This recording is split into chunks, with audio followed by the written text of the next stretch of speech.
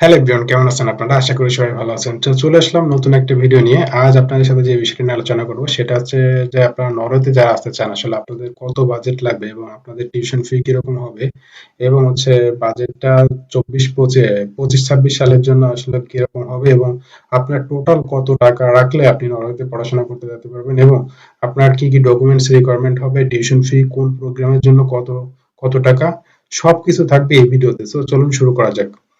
আর আপনারা যারা নতুন আমার চ্যানেলে তারা অবশ্যই চ্যানেলটি সাবস্ক্রাইব করবেন এবং আমার ভিডিওতে লাইক, কমেন্ট এবং বন্ধুদের মধ্যে শেয়ার করবেন। তো চলেন শুরু করা যাক। প্রথমে আপনাদের যেটা দেখাবো সেটা হচ্ছে যে আপনারা এই ওয়েবসাইটে ঢুকবেন। সেই ওয়েবসাইটের নাম হচ্ছে study in Norway dot NO. এটা হচ্ছে অফিসিয়াল ওয়েবসাইট। এই ওয়েবসাইটের ভিতরে গেলে আপনারা কিন্তু সব ধরনের তথ্য পেয়ে যাবেন। সো প্রথমে আমি এর আগে দেখিয়েছিলাম কোথায় কিভাবে সাবজেক্ট খুঁজে বের করবেন, কিভাবে আবেদন করবেন। সো আজকে আমি আর ওটা দেখাচ্ছি না। আমি আজকে শুধু চলে আসছি আপনাদের কস্ট কত হবে এবং রিকোয়ারমেন্ট কত লাগবে। সো চলেন দেখানো যাক। আমি প্রথমে গেলাম এখানে কস্ট এবং রিকোয়ারমেন্ট। সো এখানে কিন্তু আপনারা কিন্তু সব ধরনের আহ, বিষয় এখানে দেখতে পারেন। Entry requirement, tuition fees, living cost, scholarship, study permit, part time work for refugee. So আমরা অত কিছু দেখবো না। আমরা ফার্স্ট অফ অল আমরা চলে যাব আপনার বেসিক কত রিকোয়ারমেন্ট লাগবে, কত টাকা বাজেট লাগবে আসলে টিউশন ফির বাইরে। প্রথমত যেটা প্রাইমারি বাজেট লাগবে সেটা কত হবে আসলে লিভিং কস্ট, যেটা আপনাকে হয়তো ব্লক অ্যাকাউন্টের মাধ্যমে দেখাইতে হতে পারে অথবা আপনার ব্যাংক স্টেটের মাধ্যমে আপনার নিজের নামে দেখালে সেটা খুব বেশি ভালো হয়। সো চলেন দেখানো যাক লিভিং কস্ট। সো এইখানে হচ্ছে আপনার লিভিং কস্টটা দেখানো আছে আসলে আপনার লিভিং কস্ট কত লাগবে। এখানে কিন্তু নরওয়েজিয়ান ক্রোনাতে দেওয়া আছে living cost. Knock Norwegian krona যাকে বলা হয়। সো আমি এসে আমাদের এটা কিন্তু 2024-25 সাল, আমাদের 24-25 সাল না, আমাদের দেখতে হবে 25-26 সাল। সো 25-26 সাল, এই যে দেখেন এইটা হচ্ছে 25-26 সাল। সো আপনি যে কোনো কান্ট্রির অধিবাসী হন, আপনি ইন্টারন্যাশনাল স্টুডেন্ট হলে আপনার জন্য ফাইন্যান্সিয়াল ফাইন্যান্সিয়ালি আপনাকে কত দেখাইতে হবে বা আপনার বাজেট কত দেখাইতে হবে, আপনার ব্যাংক স্টেটমেন্ট বা ব্লক অ্যাকাউন্টে কত দেখাইতে হবে এটা দেখেন। এখানে দেখেন, এখানে লেখা আছে পার মান্থ হচ্ছে 15,169 নক। এটা আপনার পার মান্থে লাগবে। তার মানে হচ্ছে বছরে আপনার লাগবে 1,66,859 নক। সো এটা আমি আসলে পরবর্তীতে আপনাদের একটা ওয়ার্ডে নিয়ে আপনাদের দেখাবো কনভার্ট করে আসলে আপনাদের টোটাল কত বাজেট থাকবে। সো সেটা নিয়ে পরে আমি এখন ফার্স্ট আপনাদের দেখাচ্ছি, পরে আমি আসলে টোটাল বাজেটটা বলবো বা কত লাগবে সেটা আপনাদের দেখাই দেবো। So no worries. সো তাহলে দেখেন, এটা হচ্ছে আপনার ব্লক অ্যাকাউন্ট বা ব্যাংক স্টেটমেন্টে এটা আপনার থাকা লাগবে। সো এটা গেল হচ্ছে আপনার লিভিং কস্ট। এখন লিভিং কস্টের বাইরে আর কি আছে? লিভিং কস্টের বাইরে হচ্ছে আপনার আপনার থাকবে হচ্ছে লিভিং কস্টের বাইরে in addition you may have cost related to insurance, travel, visa fees and tuition fees. Living কস্টের বাইরে আপনার হচ্ছে ইন্স্যুরেন্স বা ট্রাভেল বা ভিসা ফি লাগতে পারে এবং টিউশন ফি লাগবে।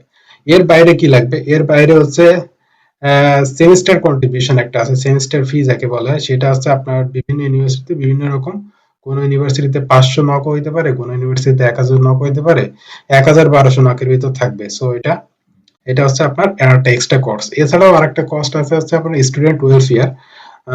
অনেক ইউনিভার্সিটিতে স্টুডেন্ট ওয়েলফেয়ার অর্গানাইজেশন আছে, সেইখানে হচ্ছে আপনার 200 থেকে 500 নকের মতো পার সেমিস্টার কস্ট আছে। সো এটা গেল হচ্ছে আপনার আপনার হচ্ছে সেমিস্টার কন্ট্রিবিউশন এবং স্টুডেন্ট ওয়েলফেয়ার। সো এই সবগুলো বিষয় কিন্তু আমি একসাথে নিয়ে আসবো, পরে আপনাদের দেখাবো। সো এইটা হলো আপনার টোটাল যে আপনার টিউশন ফি, সেমিস্টার কন্ট্রিবিউশন বা সেমিস্টার ফি এবং হচ্ছে স্টুডেন্ট ওয়েলফেয়ার অর্গানাইজেশনের যে ফিটা সেটা। সো এর বাইরে হচ্ছে আপনারা কোন সাবজেক্টে যাবেন এবং কোন সাবজেক্টে টিউশন ফি কিরকম সেটা একটু দেখানোর চেষ্টা করব। সো আমি যদি স্টাডি অপরচুনিটিতে যাই, যাওয়ার পরে আপনাদের দেখানোর চেষ্টা করতেছি একটু। সো আপনারা মাস্টার্স করবেন, মাস্টার্সে গেলেন সাবজেক্ট এরিয়া আমি ফর এক্সাম্পল প্রথমত আমি হচ্ছে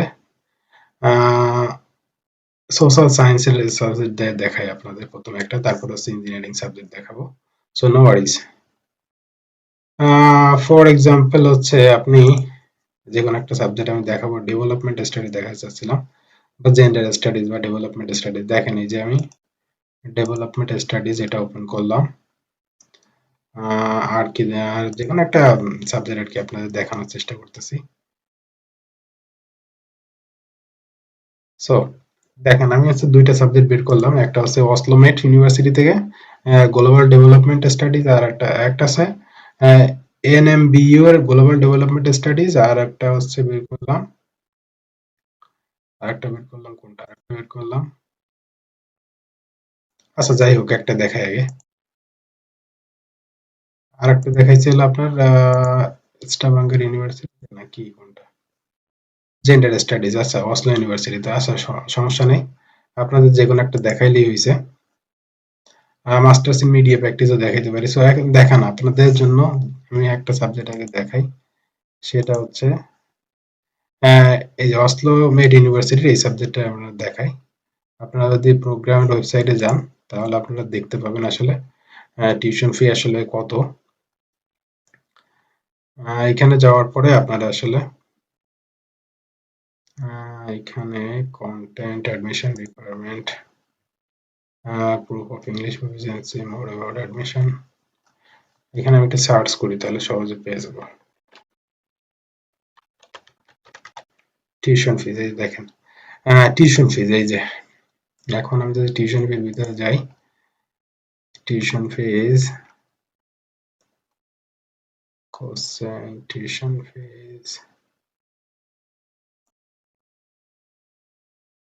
payment, scholarship loan, how much এখানে দেখাচ্ছে না আসলে, প্রোগ্রামটা একটু পায়, এখানে হচ্ছে tuition fees question how much you have to pay, এই যে দেখেন এখানে হচ্ছে আপনার আমি যে সাবজেক্টটা দেখানোর চেষ্টা করতেছিলাম সেটা হচ্ছে সোশ্যাল সায়েন্সের একটা সাবজেক্ট। সো এই সাবজেক্টগুলোতে আপনার টিউশন ফি কত হয় দেখেন, এখানে কিন্তু বেশ কয়েকটা সাবজেক্ট আছে। আহ, আপনারা যদি পাবলিক হেলথে পড়েন তাহলে হচ্ছে আপনার হচ্ছে 2,07,000 নক পার ইয়ার, বুঝতে পারছেন? আর আপনারা যদি সোশ্যাল সায়েন্সের সাবজেক্টে পড়েন, এই সাবজেক্টটা কিন্তু আবার একই রকম প্রাইস, মানে হচ্ছে আবার কোনো ইউনিভার্সিটিতে সোশ্যাল সায়েন্সের সাবজেক্টের দাম অনেক কম, আবার কোনো ইউনিভার্সিটিতে সোশ্যাল সায়েন্স সাবজেক্ট আবার এই যে পাবলিক হেলথ অ্যান্ড নিউট্রিশনের সাথে একদম মিলে গেছে। 2,07,000 নক। সো এটা হচ্ছে আপনার ডিফার, মানে ভার্সিটি টু ভার্সিটি এটা ডিফার করে, বিভিন্ন রকম হয়ে থাকতে পারে। দেখেন যারা সিভিল ইঞ্জিনিয়ারিং পড়তে চান তারা হচ্ছে 2,85,000 নক পার ইয়ার। সো 2,85,000 নক পার ইয়ার, সেটা আছে হিউজ অ্যামাউন্ট। আপনারা একটু মাথায় রাখবেন যে আপনারা এত টাকা দিয়ে পড়তে পারবেন কিনা, বা আপনারা যদি যারা প্রোডাক্ট ডিজাইন পড়তে চান তারা হচ্ছে 4,18,000 পার ইয়ার। সো এটা হচ্ছে গেল আপনার অসলোমেট ইউনিভার্সিটি, এটা মোটামুটি ভালো র্যাঙ্কিং ইউনিভার্সিটি। এর বাইরে যদি আমি দেখাই এএনএমবিইউ বা অন্য একটা ইউনিভার্সিটি, বা স্টাভাঙ্গার ইউনিভার্সিটি দেখাই, দেখেন স্টাভাঙ্গার ইউনিভার্সিটিতে যদি আপনি মাস্টার্সে যান, আহ, এই দেখেন বিজনেস অ্যান্ড অ্যাডমিনিস্ট্রেশন, দেখেন এখানে কিন্তু 1,65,000, এখানে কিন্তু একটু কম আছে। তারপর হচ্ছে service leadership and business, international business, এটা তো আপনার 1,65,000। যারা বায়োলজিক্যাল কেমিস্ট্রি পড়তে চান তারা কিন্তু আপনার যে ইঞ্জিনিয়ারিং অ্যান্ড টেকনোলজি এই সাবজেক্টগুলোতে 1,90,000। সো এইখানে একটু কম আছে। কম্পিউটার সায়েন্স পড়তে চান বা ডেটা সায়েন্স পড়তে চান তারা কিন্তু 1,90,000 পার ইয়ারে দিতে হবে, বুঝতে পারছেন? সো এটা আপনারা আপনাদের সাবজেক্ট অনুযায়ী বিভিন্ন ইউনিভার্সিটিতে বিভিন্ন রকম প্রাইস আছে, আপনারা একটু দেখে নেবেন।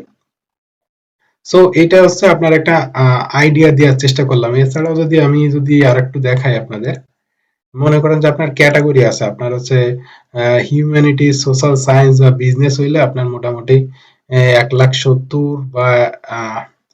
বা হচ্ছে 1,20,000 থেকে শুরু করে শুরু হতে পারে, 1,20,000 থেকে শুরু করে 1,70,000, 80,000 বা 1,90,000 পর্যন্ত হতে পারে সোশ্যাল সায়েন্সের সাবজেক্ট গুলোতে। আর আপনি যদি ন্যাচারাল সায়েন্সেস বা টেকনোলজি বা স্পোর্টস বা হেলথ এই টাইপের সাবজেক্টে যান তাহলে কিন্তু আপনার হচ্ছে প্রায় 2,00,000, প্রায় 2,00,000 নক পার ইয়ার, ঠিক আছে? আর আপনি যদি মেডিসিন বা ভেটেরিনারি মেডিসিন বা হচ্ছে আপনার ডেন্টিস্ট বা হচ্ছে আপনার যদি কোনো মেডিকেল রিলেটেড সাবজেক্ট পড়েন তাহলে কিন্তু আপনার টিউশন ফি অনেক বেশি, সেটা আছে 5,10,600 পার ইয়ার, ঠিক আছে?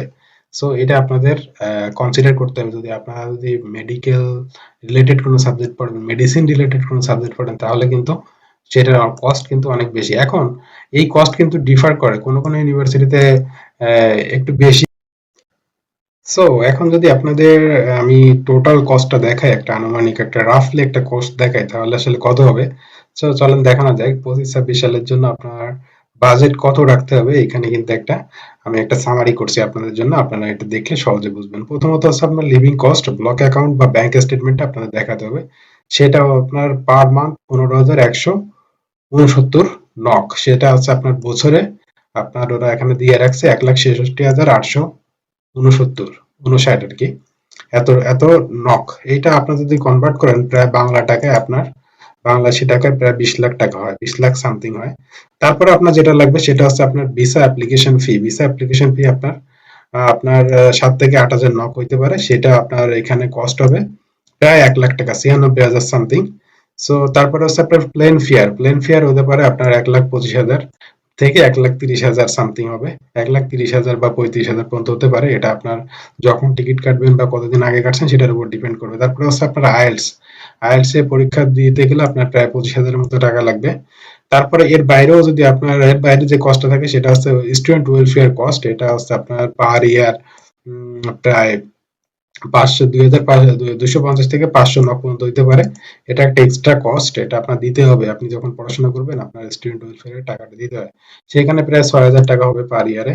এরপরও আপনার সেমিস্টার যে ফি, সেমিস্টার কন্ট্রিবিউশন বলে নরওয়েতে ওরা, সো এখানে কিন্তু 2,000 নক দিতে হবে। তো পার ইয়ার হচ্ছে 1,000 নক বা 500 থেকে 800 নক হইতে পারে, বিভিন্ন ইউনিভার্সিটিতে বিভিন্ন রকম, সেটা আপনারা এভাবে আপনাদের দিতে হতে পারে। তো এটা আপনি যদি 1 বছরটা ধরেন তাহলে এখানে 2,000 নকের মতো ধরলাম আমি, ধরে আর কি একটা হিসাব করতেছি রাফলি। সো এখানে প্রায় 24,000 বিডিটির মতো চলে আসবে। তো টোটাল টোটাল আপনার টিউশন ফির বাইরে যে টাকাটা দিতে হবে সেটা হচ্ছে আপনার টোটাল 23 লাখ টাকার মতো হবে, অ্যারাউন্ড 23 লাখ। সো আর আপনার যদি টিউশন ফিজ হতে পারে, আপনি যদি সোশ্যাল সায়েন্সে পড়েন তাহলে সেখানে 22 বা আর একটু কম হইতে পারে, 1 লাখ, 13 লাখ, 14 লাখ এরকমও কিছু ইউনিভার্সিটি আছে, ইউনিভার্সিটি কলেজ আছে, সেগুলো হতে পারে। আপনি যদি ফর এক্সাম্পল আপনি যদি ডেটা সায়েন্সে পড়েন বা ইঞ্জিনিয়ারিং এর সাবজেক্টে পড়েন তাহলে কিন্তু আপনার পার ইয়ার 20 লাখ, 22 লাখ বা 25 লাখ, 30 লাখ পর্যন্ত হতে পারে, ঠিক আছে। সো আপনার অনেক ইউনিভার্সিটিতে একটু যদি ইউনিভার্সিটি কলেজে পড়েন সেই ক্ষেত্রে হচ্ছে আপনার 15 লাখ টাকা হতে পারে, 15 লাখ পার ইয়ার হতে পারে। সো আপনাদের টিউশন ফি অনুযায়ী, আপনাদের ইউনিভার্সিটি অনুযায়ী টিউশন ফি বিভিন্ন রকম হতে পারে।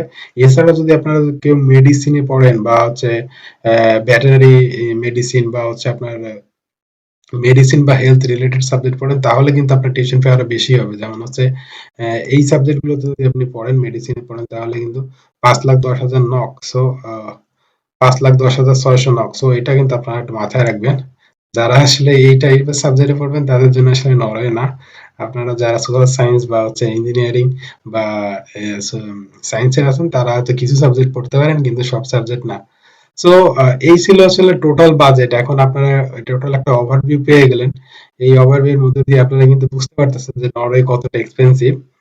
সো এখন আমি চলে যাব অন্য একটা বিষয়ে। সো সো এটা গেল হচ্ছে আপনার টিউশন ফিজ। এখন এখন আপনাদের যদি বলি আসলে আবেদন প্রক্রিয়া কবে থেকে শুরু হয়।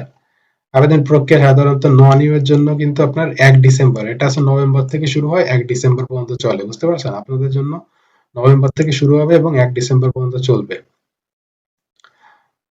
সো এটা আপনারা মাথায় রাখবেন এবং এটা মাথায় রেখে আপনারা কিন্তু আবেদন করবেন।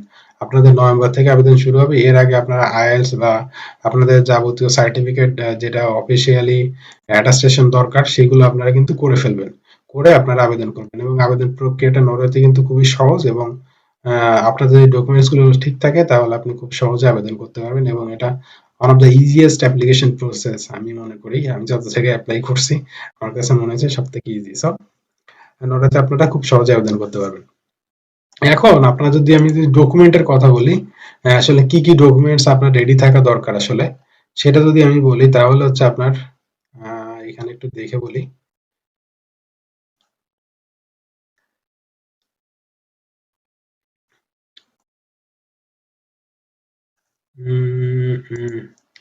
সো প্রথমত হচ্ছে আপনার পাসপোর্ট লাগবে। তারপরে হচ্ছে আপনার একটা সিভি লাগবে। অনেক সময় অনেক ইউনিভার্সিটি হচ্ছে ইউরোপাস সিভি চায়, অনেক সময় আছে তাদের কোনো টেমপ্লেট থাকতে পারে সেটা চায়। তারপরে হচ্ছে আপনার এসএসসি এইচএসসি সার্টিফিকেট ওটা দিতে পারেন, নাও দিতে পারেন, ওটা লাগে না, ব্যাচেলর থাকলেই হয়, ব্যাচেলর বা মাস্টার্স এটা থাকলে মাস্টার্স এর জন্য অ্যাডমিশন হয়ে যায়। সো এটা কিন্তু আপনারা প্রথমত হচ্ছে এডুকেশন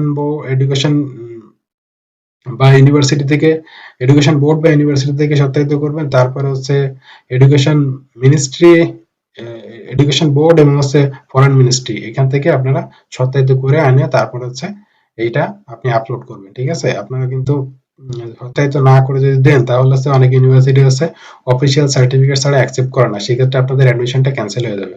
সো এটা মাথায় রাখবেন। তারপর যে জিনিসটা আছে সেটা হচ্ছে আপনার যদি কোনো জব এক্সপিরিয়েন্স থাকে বা আপনার যদি কোনো ভলেন্টিয়ারি এক্সপিরিয়েন্স থাকে সেটা আপনারা অ্যাড করতে পারেন। এরপরেও অনেক ইউনিভার্সিটি কিন্তু রিকমেন্ডেশন লেটার চায়, সেটা আপনারা অ্যাড করতে চাইলে অ্যাড করতে পারেন। সো সেটা আপনার মাথায় রেখে আপনারা অ্যাড করে নেবেন। তারপরে এরপরেও যদি আপনাদের কি কি ডকুমেন্টস চায়, অনেক সময় আছে আপনার যদি কোনো ডকুমেন্টস ইংলিশে না থাকে সেটা কিন্তু ট্রান্সলেট করে ইংলিশে করতে হবে, তার নটারি বা তার অ্যাটাস্টেশন থাকতে হবে। সো সেটাই, সেই বিষয়গুলো মাথায় রেখে আপনারা আবেদন করবেন। এছাড়াও যে জিনিসটা লাগে সেটা হচ্ছে মোস্ট ইম্পর্টেন্ট জিনিস, অনেক সময় মোটিভেশন লেটার বা স্টেটমেন্ট অফ পারপাস বা অনেক সময় আছে প্রপোজালও চাইতে পারে। যদি আপনি প্রপোজাল চায় না নরমালি, তারপরেও আপনি যদি চায় সেটা আপনি সেই অনুযায়ী লিখে দিবেন। মাস্টার্সের জন্য আপনি কোন বিষয়ে পড়াশোনা মানে থিসিস করতে চান এটা জানতে চাইতে পারে অনেক সময়, সেটা আপনি সেই অনুযায়ী ওদের রিকোয়ারমেন্ট অনুযায়ী একটা ই দিয়ে থাকে, সেই অনুযায়ী আপনি লিখে দেবেন। সো এই ছিল হচ্ছে ডকুমেন্টস রিকোয়ারমেন্ট, এবং হচ্ছে আপনার আবেদন শুরু হবে নভেম্বর থেকে, শুরু হয়ে ডিসেম্বরের 1 তারিখ পর্যন্ত মোস্ট অফ দ্য ইউনিভার্সিটিজ। কিন্তু কিছু কিছু ইউনিভার্সিটি কলেজ আছে যেগুলোতে হচ্ছে আবেদন প্রক্রিয়া অনেক সময় জানুয়ারি পর্যন্ত বা ফেব্রুয়ারি পর্যন্ত চলে থাকে। সো এটা আপনারা খুঁজে নেবেন, অনেক সময় ইউনিভার্সিটি কলেজগুলোতে একটু বেশি টাইম দেয়। তাছাড়াও আমার যে সাজেশন থাকবে আপনাদের জন্য, আপনারা কিন্তু ইউনিভার্সিটি কলেজগুলোতে চুজ করতে পারেন, তাহলে কিন্তু আপনারা টিউশন ফি একটু কম দিতে পারবেন। ফর এক্সাম্পল হচ্ছে নরফ ইউনিভার্সিটি কলেজ, তারপর হচ্ছে ওয়ালদা ইউনিভার্সিটি কলেজ, মোল্ড ইউনিভার্সিটি কলেজ, তারপর হচ্ছে একদার ইউনিভার্সিটি, এটা হচ্ছে ইউনিভার্সিটি, তারপরে হচ্ছে বলদা ইউনিভার্সিটি কলেজ, এনএল ইউনিভার্সিটি কলেজ, যেগুলো ইউনিভার্সিটি কলেজ আছে এই ইউনিভার্সিটি কলেজগুলোতে কিন্তু টিউশন ফি রেঞ্জটা অনেক কম। সো আপনাদের যদি সাবজেক্ট থাকে ওইসব ইউনিভার্সিটিতে তাহলে কিন্তু আপনারা খুব সহজে আবেদনটা করতে পারেন সেখানে, এবং এবং সেখানে আবেদন করলে আমার মনে হয় যে আপনারা একটু টিউশন ফি কম দিতে পারবেন, কম দিয়ে আপনারা ভর্তি হতে পারবেন বা পড়াশোনা করতে পারবেন। সো এর বাইরে, এর বাইরে হচ্ছে আমার আর তেমন কিছু দেখানোর নাই। তবে হচ্ছে আইএলটিএস এর যে ব্যাপারটা সেটা নিয়ে একটু বলি। আইএলটিএস এর যে ব্যাপারটা, নরওয়েতে কিন্তু আইএলটিএস মোস্ট অফ দ্য ইউনিভার্সিটিতে যারা আছে সায়েন্স বা হচ্ছে কমার্স বা আর্টস এর থেকে আসেন তারা কিন্তু মোস্ট অফ দ্য সাবজেক্টে 6.5 নো লেস দ্যান 6 দিয়ে কিন্তু আবেদন করতে পারবেন। তবে কিছু ইউনিভার্সিটিতে ওভারঅল 6 দিয়েও নেয়, স্পেশালি বিভিন্ন ইউনিভার্সিটি কলেজ, এবং হচ্ছে কিছু ইউনিভার্সিটি আছে সেগুলোতে কিন্তু 6 দিয়েও নেয়। আর এর বাইরে হচ্ছে কিছু ইউনিভার্সিটি যেগুলো একটু র্যাঙ্কিং ভালো, for example university of Oslo, university of Bergen, university of NMBU, এই ইউনিভার্সিটি গুলোতে কিন্তু আপনারা আছে আইএলটিএস অনেক সময় ওভারঅল 7 নো লেস দেন 6.5 ও চায়, বা overall 7 no less than 6। So এই বিষয়টা আপনাদের সাবজেক্ট অনুযায়ী ডিফার করে। তো আপনারা একটু দেখে নেবেন আসলে আপনার সাবজেক্টের মধ্যে ঢুকে, আপনারা একটু দেখে নেবেন আপনি আসলে কোন সাবজেক্টে অ্যাপ্লাই করবেন, তার রিকোয়ারমেন্টটা কি একটু চেক করে নেবেন এই ওয়েবসাইটের ভিতরে ঢুকে সহজেই।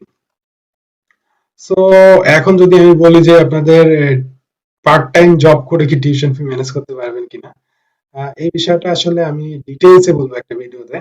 তো আমি পার্ট টাইম জবের যে বিষয়টা এটা আমি স্কিপ করলাম, এখানে বললাম না, ভিডিওটা অনেক লম্বা হয়ে যাচ্ছে। সো আমি পরবর্তী ভিডিওতে বলবো। সো আজকের মতো এই পর্যন্তই। আমার ভিডিও যদি অবশ্যই ভালো লাগে তাহলে অবশ্যই লাইক করবেন এবং সাবস্ক্রাইব করবেন এবং বন্ধুদের মাঝে শেয়ার করবেন। সো দেখা হবে নতুন কোনো ভিডিওতে, সে পর্যন্ত সবাই ভালো থাকেন, সুস্থ থাকেন। সো নরওয়েতে যারা পড়াশোনা করতে চান তারা প্রিপারেশন শুরু করেন। বাট একটা জিনিস মাথায় রাখবেন, নরওয়েতে টিউশন ফিস অনেক হাই, এবং এই টিউশন ফিস যদি আপনারা ম্যানেজ করতে পারেন তাহলে আপনারা আসেন। আর আপনারা যদি মনে করেন যে ম্যানেজ করতে পারবেন না তাহলে আপনাদের জন্য ফিনল্যান্ড আছে, আরো বিভিন্ন কান্ট্রি আছে ইউরোপের যেগুলোতে টিউশন ফিস কম্পারেটিভলি কম, সেই সেই কান্ট্রি গুলো চুজ করতে পারেন এবং সেখানে পড়াশোনা করতে পারেন। সো দেখা হবে নতুন কোনো ভিডিওতে নতুন কোনো টপিক নিয়ে, সে পর্যন্ত সবাই ভালো থাকবেন। Bye bye, tata.